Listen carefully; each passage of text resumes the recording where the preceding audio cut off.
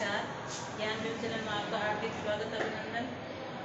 हम पढ़ रहे थे कक्षा 9th की क्षितिज, जिसका सारे चैप्टर हमने कंप्लीट कर लिए और आपकी आज सेकंड बुक शुरू हो रही है जिसका नाम है कृतिका।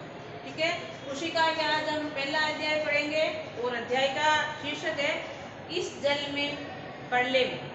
ठीक है, और इसके जो आपके लेखक है उनका नाम है फणेश्वर नाथ रेणु। तो सबसे पहले हम लेखक जी का जीवन परिचय देखते हैं और उसके बाद में इसी के द्वारा लिखा हुआ ये इस जल परले में पढ़ेंगे। तो सबसे पहले हम इनका जीवन परिचय में जन्म देखते हैं। तो रेणु जी का जन्म होता है 1921 ईस्वी के अंदर और होता कहाँ है, बिहार में। ठीक है, पूर्णिया नामक जो जिला है उसी के अंदर उनका जन्म होता है। शिक्षा वगैरह इनकी नेपाल से पूर्ण होती है और शिक्षा के बाद में इनकी कई प्रसिद्ध कहानियां, उपन्यास, नाटक है जिसमें उनके प्रसिद्ध कहानियां हैं मारे गए, गुलफाम, लाल पान की बेगम, पंचलाई। और उपन्यास में हम देखें तो मेला आंचल, परती परिकथा इनके मुख्य उपन्यास थे। पुरस्कारों में हम देखें तो मेला आंचल के लिए इनको पद्मश्री से सम्मानित किया गया है। इनका हम निधन देखें तो निधन होता है 1977 ईस्वी के। तो ये तो था हमारे फणेश्वर नाथ रेणु जी का संक्षिप्त जीवन परिचय। अब इसी के द्वारा लिखित ये हम पाठ का अध्ययन करते हैं जिसका नाम है इस जल परले में। जल परले की बात आई है तो पाठ से ही पता चलता है कि जो बाढ़ की विषम आकृति होती है, विषम परिस्थिति होती है, उसके बारे में लेखक ने बताया है।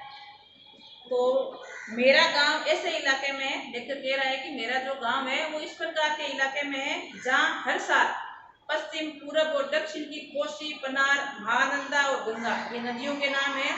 तो प्रत्येक साल पश्चिम से, पूरब से और दक्षिण की ओर से जो नदियां हैं उनके तेज कोसी, पन्नार, महानंदा और गंगा की बाढ़ से पीड़ित प्राणियों के समूह आकर पनाह लेते हैं।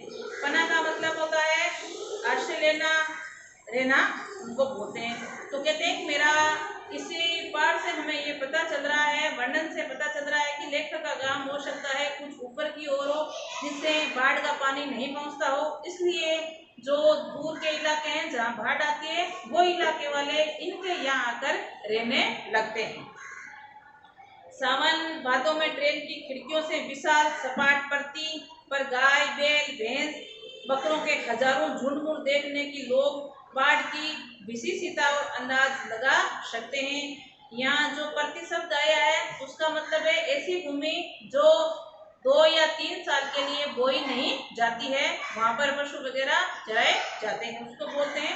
तो कहते हैं कि विशाल संख्या के अंदर भैंस, बैल, गाय, बकरे सभी वहाँ आते हैं और साथ में मनुष्य का झुंड भी आता है और लोग बाढ़ की विशेषता का अंदाज मतलब भयानक, इसको लोगों को देखकर, उससे पशुओं को देखकर हम लगा सकते हैं। परती क्षेत्र में जन्म लेने के कारण अपने गांव के अधिकांश लोगों की तरह मैं भी तैरना नहीं जानता हूँ। लेखक का जो निवास स्थान है, जन्म स्थान है, वो परती जगह है, मतलब पानी वहाँ बहुत कम संख्या में पहुँचता है, इसीलिए लेखक कहते हैं कि मैं तैरना नहीं जानता।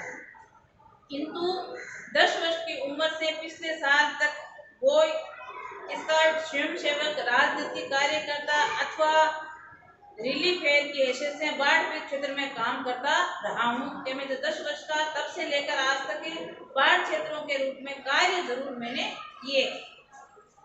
और लिखने की बात है, बाढ़ के प्रति लिखने की बात है तो मैंने हाई स्कूल में बाढ़ पर लेख लिखकर प्रथम पुरस्कार पाने तक का कार्य भी किया है। लेखक कह रहे हैं तो मैं स्कूल में शिक्षा प्राप्त कर रहा था, हाई स्कूल के अंदर, उसी समय मैंने बाढ़ पर लेख भी लिखा था और प्रथम पुरस्कार भी प्राप्त किया था। और एक धर्मयुग कथा आदर्श के अंतर्गत बाढ़ की पुरानी कहानी को नए पाठ साथ प्रस्तुत भी कर चुका हूँ। ये धर्मयुग एक पत्रिका है जिस पत्रिका के अंदर लेखक के द्वारा लिखी हुई कहानियां, उपन्यास, गद्यांश प्रकाशित होते हैं, जिसमें लेखक ने कुछ नाम बताए हैं, जैसे जय गंगा जो कब प्रकाशित हुई थी 1997 ईस्वी के अंदर, डायन कोसी जो 98 के अंदर, हड़ियों का पुल 1998 अंदर, और एक छुटमुट रिपोर्ट आज के अलावा मेरे कई उपन्यास बाढ़ की विनाश लीलाओं के अनेक चित्र अंकित करते हैं। लेखक कहते हैं कि मैंने बाढ़ के प्रति कई उपन्यास और कहानियां लिखी है जिसमें कुछ के नाम आपको दर्शाए गए हैं। इन नामों को मैंने पत्रिका अंगद छापा भी है। कहने का तात्पर्य ये है कि लेखक ने बाढ़ के बारे में जन्म से लेकर अब तक बहुत कुछ लिखा है और सुना है, लेकिन बाढ़ को हकीकत में या आंखों देखा हाल उन्होंने अभी तक नहीं देखा है। आगे आपके लेखक ने बाढ़ का आंखों देखा हाल देखा है, उनका वर्णन हमें पढ़ने को मिलेगा। आपको देखा हाल में उनको किस प्रकार की समस्याएं आती है, कठिनाई आती है और कैसे उन कठिनाइयों का वो सामना करते हैं। तो आगे गांव में रहते हो, बाढ़ गिरने बेरने धंसने और भोगने का अनुभव कभी नहीं हुआ। वे तो पटना शहर में कहते हैं कि हमने बाढ़ के बारे में लिखा पढ़ा अनुभव किया, लेकिन वास्तविक बाढ़ के भोगने का कभी मौका नहीं मिला। अब उनको क्या होता है, पटना शहर में रहते हैं। सन 1967 ईस्वी की बात बताई जा रही है, जब 18 घंटे की अविराम वृष्टि के कारण, अविराम को मतलब लगातार 18 घंटा वर्षा होने के कारण पुनपुन का पानी, जो बाढ़ का पानी था, वो अनेकों जगह जो नीचे के क्षेत्र थे उनमें भर गया था। जैसे राजेंद्र नगर है, कंकड़बाग है और कई निचले हिस्सों में घुस गया था। कहने का तात्पर्य है वहां बाढ़ आ गई थी। अर्थात बाढ़ को मैंने भोगा है, मतलब जब पटना में आया था लेखक 1967 ईस्वी की बात बता रही है, उस समय कह रहे हैं कि मैंने बाढ़ को भोगा था, मतलब बाढ़ को देखा था, उसके हालात से मैंने लड़ा था कि बाढ़ की आने पर कैसी कैसी परिस्थितियां सामने आती है। लिखा था, अनुभव पहले पढ़ा था, लेकिन बाढ़ को कभी भोगा नहीं था। लेकिन पटना में आने पर यह अवसर लेखक को प्राप्त हुआ है। तो कहते हैं कि वहाँ लगातार अविराम मतलब लगातार 18 घंटा बारिश होने के कारण जो निचले इलाके थे और भी कई जैसे राजेंद्र नगर है, कड़कबाग है, वहाँ पानी बढ़ गया। इसलिए इस बार जब बाढ़ का पानी प्रवेश करने लगा तो पटना का पश्चिम इलाका छाती पर पानी में डूब गया। तो हम घर में, अब लेखक बाढ़ से पीड़ित हो चुके थे, तो अगली बार जब ये मौका आया तो लेखक पहले ही सावधान हो जाते हैं और आसपास के इलाके में जब छाती भर का पानी भर जाता है तो लेखक अपने घर के अंदर क्या करते हैं, वो घर के अंदर ईंधन, आलू, मोमबत्ती, दिया सलाई, पीने का पानी और कंपोज की गोलियां जमा कर बैठते हैं और प्रतीक्षा करने लगते हैं। जो खाने पीने की या अति आवश्यक वस्तुएं उनका वो संग्रह करते हैं। जैसे ईंधन लेते हैं खाना बनाने के लिए, आलू सब्जी वगैरह, मोमबत्ती जलाने के लिए, दिया सलाई मतलब माचिस, इसमें मूर्ति वगैरह जलाई जाती है, पीने का पानी और कंपोज की गोलियां। कंपोज की गोलियां किस उपयोग में ली जाती है, पानी वगैरह ज्यादा समय में रहने के कारण जो पैरों के अंदर फोड़े फुंसे हो जाते हैं उसके उपयोग में ली जाती है। तो अति आवश्यक वस्तुएं लेकर लेखक प्रतीक्षा करने लगते हैं इनकी बाढ़ की। इधर इलाके में पानी भर जाएगा तो हम उसे मुकाबला करेंगे। सुबह सुना, अबे नई नई खबर सुनने को मिल रही, कहाँ कहाँ पानी भरा, मतलब कहाँ कहाँ बाढ़ आई है। तो राजभवन में मुख्यमंत्री निवास है प्लावित हो गए, प्लावित मतलब पानी से ढक गए पूरी तरह, वो स्थान पानी से भर गए। दोपहर में सूचना मिली कि गोलघर जल से गिर गया है। यूं बांग्ला भाषा में सूचना मिली थी। बांग्ला भाषा में कैसे बोला गया था, जानो गोलघर डूबेगा छे, ये बांग्ला भाषा का शब्द है। कहते हैं वहां से सूचना में मिली कि बांग्ला जो गोलघर है वो पानी से बिल्कुल गिर गया है, मतलब डूब गया है। और 5 बजे तक कॉफी हाउस जाने के लिए शहर का हाल मालूम करने निकले। अब लेखक ने देखा कि शहर का और कौन कौन से इलाके में पानी भरा है, उसका हालचाल जानने के लिए या उसके बारे में सूचना प्राप्त करने के लिए लेखक अपने घर से कॉफी हाउस के लिए निकलते हैं और रिक्शे से हंसकर रिक्शे वाले से बात करते हैं। और जाते देखो रिक्शा वाले से क्या बातें होती है, तो रिक्शा वाले ने हंसकर कहा, अब कहाँ जाएंगे, कॉफी हाउस में तो अगले पानी आ गया, मतलब जो इसका नाम बता रहे वो तो पानी से भर गया, तो हम वहाँ कैसे जाएंगे। तो लेखक कहते हैं चलो पानी कैसे घुस गया वही देखना है, मतलब जहाँ जहाँ स्थानों पर बाढ़ आई है वो कैसी स्थिति है, कहाँ कहाँ पानी घुसा है, ये मुझे देखना है, इसलिए मुझे वहाँ जाना है। ये कहकर मैं रिक्शा पर बैठ गया और साथ में नई कविता के एक विशेष व्याख्या था। आचार्य कवि मित्र थे और लेखक के साथ में उनके एक कवि मित्र भी है जो भी कविता वगैरह लिखते हैं। जो मेरी अनगढ़ गद्य में सब शक्ति के कभी बोर नहीं होने दिया, धन्य है वो। ये ऐसे लेखक मुझे मिल गए जो अनवरत मतलब लगातार, अनगढ़ मतलब मनमानी बातें, वो लगातार अपनी बातें कह रहे थे, इसलिए मेरा मन बहल गया और मैं बोरे नहीं हुआ, इसलिए मैं उनको धन्यवाद देता हूँ। यहाँ आपके 3 वर्ड हैं। अनवरत का मतलब होता है निरंतर या लगातार, और एक अनगढ़ का मतलब होता है विचारहीन या मनमानी, और एक अनगढ़ का मतलब होता है बेडोल या टेढ़ा मेढ़ा, और एक व्यक्ति मतलब होता है अपने आप में कुछ ही बोलना, मतलब वो अपने आप से ही बातें करते करते लगातार चले जा रहे थे, कभी मेरे से कभी अपने आप से, इसलिए मैं बोर नहीं हुआ और मैं उनको धन्यवाद देता हूँ। आगे, जब हम कॉफी हाउस पहुंचे तो कॉफी हाउस बंद कर दिया गया था। सड़क के एक किनारे पर एक मोटी डोरी की शक्ल से गैरवा जहाज फंस में उलझा पानी तेजी से सरकता आ रहा था। जहाँ ये स्थान बता रहे कॉफी हाउस वाला, वहां जाकर ये देखना चाह रहे थे, लेकिन वहाँ पानी ज्यादा आने के कारण वहाँ रस्सियों से उसको घेरकर बांध दिया गया ताकि कोई अंदर प्रवेश करके दुर्घटना ग्रस्त ना हो जाए। तो मैंने कहा आचार्य जी आगे जाने की जरूरत नहीं है, वो देख लीजिए आ रहा है मृत्यु का तरल दूध, पानी को कहा है। अब आपके ये पूछ लिया जाए कि मृत्यु का तरल दूध किसको कहा है? पानी को। जो पानी बाढ़ रूप में आया था जिसमें जन मन को हानि हो रही थी, इसीलिए पानी को तरल मृत्यु का तरल पदार्थ कहा गया है। तो वो कह रहे हैं कि जो उनके साथ में आचार्य जी उनसे कह रहे हैं कि आगे जाने की या देखने की आवश्यकता नहीं है, क्योंकि सामने में पानी वाला जो दूध है वो नजर आ रहा है। अंत के मारे मेरे दोनों हाथ बरबस जुड़ गए और संभ्य प्रणाम निवेदन से मेरे मुंह से कुछ अस्पष्ट शब्द निकले, जैसे हाँ मैं बहुत कायर हूँ, डरपोक हूँ। जैसे इस स्थिति को देखा, पानी भरा हुआ जलमग्न था पूरा कॉफी हाउस, तो लेखक डर गया और उसके मुंह से कई इस प्रकार के शब्द निकल गए, जैसे मैं कायर हूँ, डरपोक हूँ। रिक्शा वाला बहादुर है, कहता है चलिए ना थोड़ा और चलते हैं। जिस रिक्शे में आए थे, ऑटो में आए थे, वो थोड़ा सा बहादुर नजर आता है, तो उन्होंने कहा आपको आगे का अगर देखना है तो आगे चलते हैं, इसलिए लेकर उसके बारे में ये बातें कह रहे हैं। भीड़ का एक आदमी बोला, ए रिक्शा, करंट बहुत तेज है, आगे मत जाए। ये रिक्शे को रोकते हुए कोई वहां का व्यक्ति था, उन्होंने कहा आगे पानी की धार बहुत तेज है, प्रहार बहुत तेज है, इसलिए आप आगे ना बढ़े। मैंने रिक्शे वाले से अन्वय भरे स्वर में कहा, लौटा लो भैया, आगे बढ़ने की जरूरत नहीं है। लेखक वैसे ही महसूस कर रहा था कि आगे खतरा है, इसलिए लेखक ने उसने आग्रह किया रिक्शे वाले से कि आप यहाँ से ही वापिस लौटे चलते हैं। रिक्शा मोड़कर हम अप्सरा सिनेमा हॉल के बगल के गांधी मैदान की ओर चले। प्लेस होटल और इंडियन एयरलाइन दफ्तर के सामने पानी भरा हुआ था। पानी की तेज धार पर लाल हरे नेम विज्ञापनों की परछाई सैकड़ों रंगीन सांपों की दृष्टि दे रही थी। ये जो स्थान के नाम बताए जा रहे हैं, उन स्थानों पर सभी में पानी भरा हुआ था और पानी की जो लहरें चल रही थी वो सतरंगी सांप की प्रकार नजर आ रही थी। गांधी मैदान की रेलिंग के सारे हजारों लोग खड़े देख रहे थे। दशहरे के दिन रामलीला के राम के रथ की प्रतीक्षा में जितने लोग रहते हैं उससे कम नहीं थे। ये जो स्थान बता रहे रामलीला मैदान वाला, कहते हैं कि जब रामलीला मैदान का जो राम जी का रथ निकलता है उसकी जब प्रतीक्षा करते हैं उतने लोग इकट्ठे होते हैं। आज भी उतने ही लोग इकट्ठे हैं इस बाढ़ को देखने के लिए।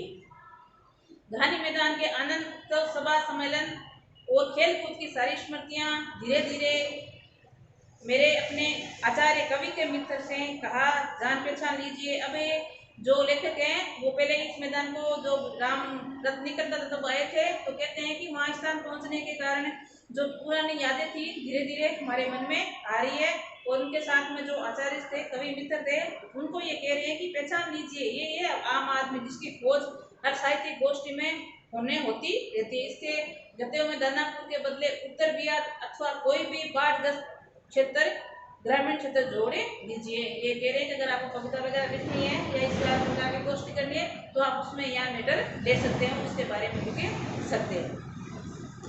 शाम के 7:30 बज चुके थे। आकाशवाणी पटना केंद्र के स्थानीय समाचार प्रसारित हो रहा था। पान की दुकान के सामने खड़े लोग चुपचाप उत्कर्ण होकर सुन रहे थे, मतलब एकदम ध्यानपूर्वक जो समाचार प्रकाशित होने वाला था उनको सुनने रहे थे। कहाँ बाढ़ है, कहाँ पानी भरा है। पानी हमारे स्टूडियो की सीढ़ी तक पहुंच चुका है और किसी भी क्षण स्टूडियो में प्रवेश कर सकता है। और समाचार प्रकाशन में ये बात बताई गई थी कि जो स्टूडियो है उसमें पानी सीढ़ियों तक आ चुका है, कभी भी अंदर प्रवेश कर सकता है। समाचार दिल दहलाने वाला था, पहले तो धड़क था और मित्र के चेहरे पर भी आंतरिक की कई रेखाएं उभरी, किंतु हम तुरंत ही सहज हो गए। लेखक ने जैसे ही ये समाचार पढ़ा कि स्टूडियो के सीढ़ियों तक पानी आ चुका है तो लेखक का दिल बैठने लगा और जो उनके साथ में मित्र थे उनके के अंदर भी आतंक की रेखाएं नजर आने लगी थी। फिर भी वो तुरंत सहज कर बैठ गए, यानी चेहरे पर चेष्टा करके सहजता से ले आए, क्योंकि हमारे चारों ओर कहीं भी कोई परेशान नजर नहीं आ रहा था। जितने भी वहाँ व्यक्ति समाचार वगैरह देख रहे थे, लेखक और लेखक का जो परिचित मित्र था कवि, उनके अलावा वहाँ कोई परेशान नजर नहीं आ रहा था। इसलिए लेखक ने कहा कहीं हम हंसी के पात्र ना बन जाए, इसलिए वो अपने आप को श्रेष्ठतापूर्ण रखने की कोशिश कर रहे हैं। पानी देखकर लौटते हुए लोग आम दिनों की तरह हंस बोल रहे थे, बल्कि आज तनिक अधिक उत्साहित थे। दुकानों पर थोड़ी हड़बड़ी से नीचे सामान ऊपर कर दिए गए थे, मतलब नीचे का जो स्तर था स्तर में भर गया था, इससे सामान को इधर उधर रखा गया है। रिक्शे, टमटम, ट्रक, टेम्पो पर सामान डाल दिए जा रहे हैं और खरीदी बिक्री बंद हो चुकी है। पान वालों की बिक्री अचानक बढ़ गई थी। जो जिस इलाके में दुकानें थी जहाँ पानी भर गया था, उस दुकानों को सामान को हटा दिया गया है और जो बिक्री वगैरह है उनको एक बार बंद कर दी गए। लेकिन लेखक कह रहे हैं कि जो पान की दुकान थी उसमें बिक्री बढ़ गई। कारण क्या रहा? कहीं भी आप कोई गोष्ठी वगैरह करते हो, खड़े होते हो, चाहे पान की दुकान हो चाहे आप किसी को ले लीजिए, वहाँ पर व्यक्ति इकट्ठे होकर देखते हैं तो पान की दुकान पर यहाँ समाचार सुनाई दे, तो पान की दुकान में के कारण व्यक्ति पान का आनंद ले रहे थे, इसी कारण पान की बिक्री बढ़ गई। तो लेकिन पहले बता चुका है कि वहाँ किसी को कोई परेशानी नहीं थी, तो आराम से वो बातें कर रहे थे और पाने खा रहे थे। आगे संकट के कोई प्राणी आतंकित नहीं दिखाई दे रहा था। पान वाले के आदमकद आईने में इतने लोगों के बीच हमारी भी सूरत मुहूर्त नजर आ रही, मतलब हम भी परेशान थे, जैसे लटका हुआ मुंह हो या परेशानी कारण मुंह हो, ऐसा लग रहे थे और कोई परेशान नहीं था। अब हम यहाँ थोड़ी देर के लिए ठहरे तो वहाँ खड़े लोग किसी भी क्षण उठाकर हम पर हंस सकते हैं। लेकिन को ऐसा महसूस हो गया था कि मैं और मेरे मित्र के अलावा यहाँ कोई परेशान नहीं है। अगर हम कुछ समय के लिए यहाँ और रुके या ठहरे तो हम पर या हम हंसी के पात्र बन सकते हैं।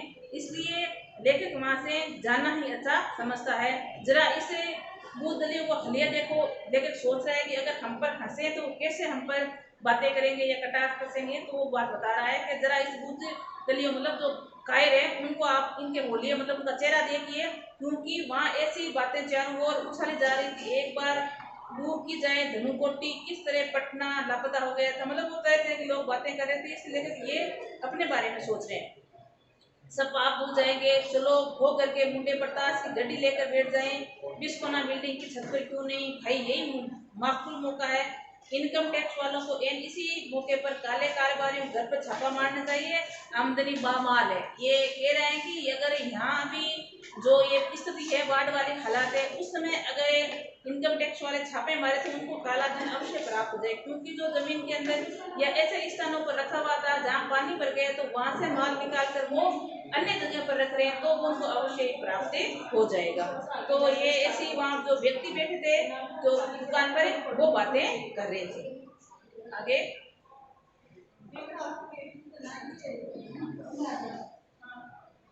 आगे वो कह रहे हैं राजेंद्र नगर चौराहे पर मैग्नीज कॉर्नर की आखिरी सीढ़ी पर पत्र पत्रिकाएं पूर्णतः बिछी हुई थी। सोचा एक सप्ताह की खुराक एक ही साथ ले क्या क्या लूं। अब ये लेखक को जो स्थान नजर आए है राजेंद्र चौराहा, वहाँ पर मैग्नीज कॉर्नर था, मतलब जहाँ किताबें रखी होती है पढ़ने वाली, वो था। वहाँ जाते हैं और पत्र पत्रिकाएं लगी हुई थी। तो लेखक को ऐसा लगा कि ये बाढ़ की स्थिति है तो एक सप्ते की साथ में खुराक मतलब सामग्री ले लूं ताकि मैं एक हफ्ते तक अपने घर पर आराम से उसको पढ़ सकूं। तो मन में सोचते हैं कि क्या क्या लूं। चेंज या एक सप्ते की फ्रेंच जर्मन सिखा देने वाली किताबें या योग सिखाने वाली या कोई चित्र की किताब, मतलब क्या लूं, योग वाली लूं या कोई चित्र वाली लूं या जर्मन भाषा सिखाने वाली लूं, ये लेखक सोच रहा है। और मुझे इस तरह किताबों को उलट पुलट करके दुकान का नोज मालिक कृष्णा पता नहीं क्यों मुस्कुराने लगा। किताबों को छोड़ के एक दिन बागला और अंग्रेजी सिने पत्रिकाएं लेकर लौटा। मित्र ने विदा लेते हुए कहा पता नहीं कब हम कितने पानी में रहेंगे।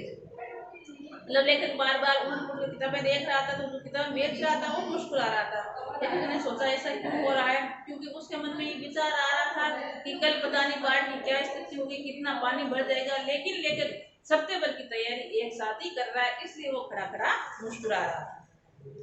बहरहाल हम कम पानी में रहेंगे या ज्यादा पानी में फंसेंगे मित्र की सुध लेंगे। वो आपस में सोच रहा है कल क्या स्थिति होगी, किस प्रकार का पानी भरा जाएगा, या हम कम पानी में होंगे या ज्यादा पानी में होंगे, ये सारी बातें वो सोच रहा है। फ्लैट में पहुंचा ही था कि जनसंपर्क की गाड़ी की लाउड स्पीकर से घोषणा करती राजेंद्र नगर पहुंच चुकी थी। और जैसे ही लेकर कह रहा है मैं अपने घर मतलब राजेंद्र नगर पहुंचा, तो एक जो जनसंपर्क की गाड़ी थी वो सूचना देने के लिए पहुंच चुकी थी। गोलबर के पास कोई भी आवाज चारों बड़े ब्लॉक के मार्ग में टकराकर मंडराती हुई 4 बार प्रतिध्वनि होती है। सिनेमा अथवा लॉटरी की प्रचार गाड़ियां पहुंचते भयों पुकार कर एक क्षण के लिए चुप हो जाती है।